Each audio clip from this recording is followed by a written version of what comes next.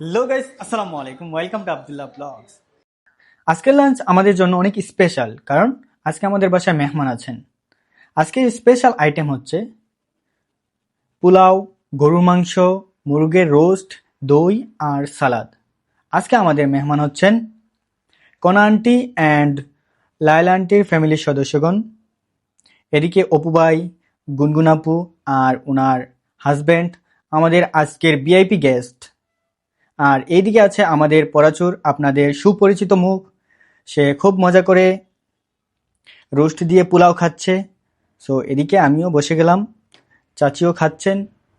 আমি প্রথমে খাওয়া শুরু করলাম পোলাও, সালাদ আর মুরগির রোস্ট দিয়ে। চাচির হাতে তৈরি পোলাও এত মজা হয়, সাথে রোস্টও জাস্ট ইয়াম্মি।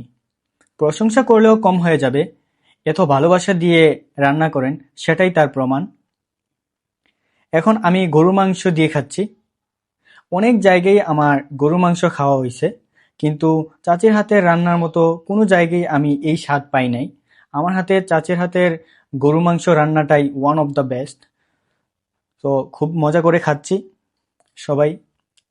সো আজকের ভিডিওটা ছিল এই পর্যন্তই। সবাই ভালো থাকবেন, সুস্থ থাকবেন। আল্লাহ হাফিজ।